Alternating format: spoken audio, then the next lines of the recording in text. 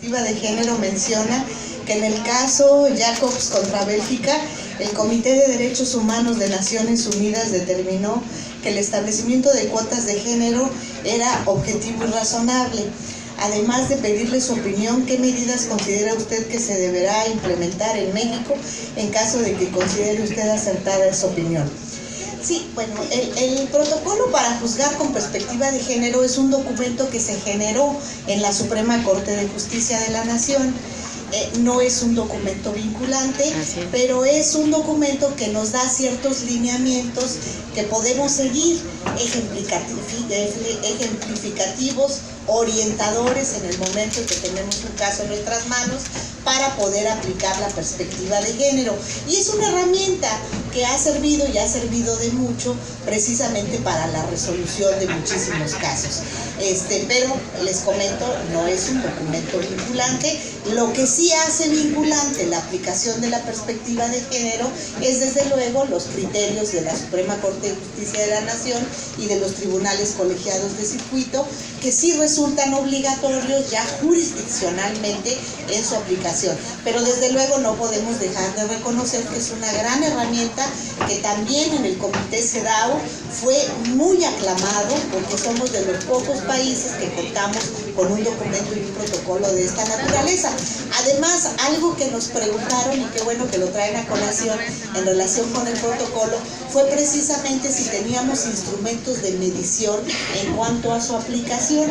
Y debo de decirles que la respuesta para ellos fue muy satisfactoria, porque la Suprema Corte de Justicia de la Nación, en el momento en que el protocolo se consulta electrónicamente, porque en la página de la Corte pueden entrar y abrir el protocolo de igualdad de género y consultar lo que ustedes quieran. Entonces, en el momento en que van a entrar a la consulta del protocolo, surgen una serie de preguntas que uno debe de ir contestando de manera muy rápida, así llenando huequitos. Se van poniendo palomitas de lo que van preguntando, y esto son datos que más adelante corresponden a una estadística en la que se nos revela quiénes lo consultan, cada qué tiempo se consulta, en qué asunto se ha consultado, qué tipo de sujetos, por ejemplo, si son académicos, si son litigantes, si son estudiantes, si son autoridades jurisdiccionales o administrativas. Entonces se lleva un control muy exacto del uso del protocolo, y esto pues fue algo que se reconoció muchísimo en Ginebra, precisamente porque no solo se atiene un documento orientador como este, sino que además existe la mecánica de medición en cuanto a su uso, y el beneficio pues sobre todo es el gran número de sentencias donde hoy podemos ver su aplicación. En cuanto a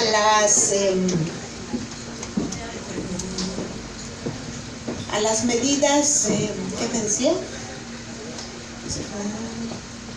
De las cuotas de género.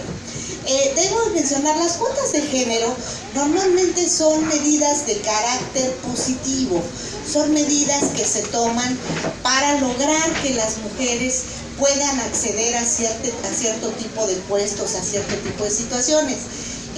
Y tiene que darse a veces este tipo de medidas de carácter positivo, precisamente porque de lo contrario no se obtiene esta paridad. Y esto lo hemos visto de manera muy puntual, sobre todo en materia política.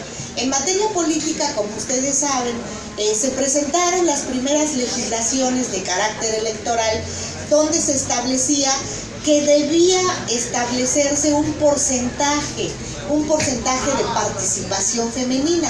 Yo tengo muy presente que hace algunos años se presentó en la Suprema Corte de Justicia de la Nación una acción de inconstitucionalidad del Estado de Veracruz, donde se presentó por primera vez la existencia de cuotas de género para la participación de las mujeres en las actividades legislativas.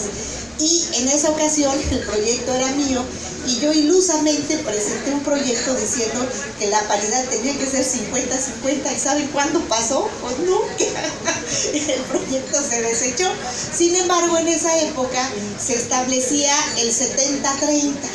Entonces, pues bueno, de lo perdido lo encontrado. El 70-30 ya era una acción positiva para establecer un porcentaje de participación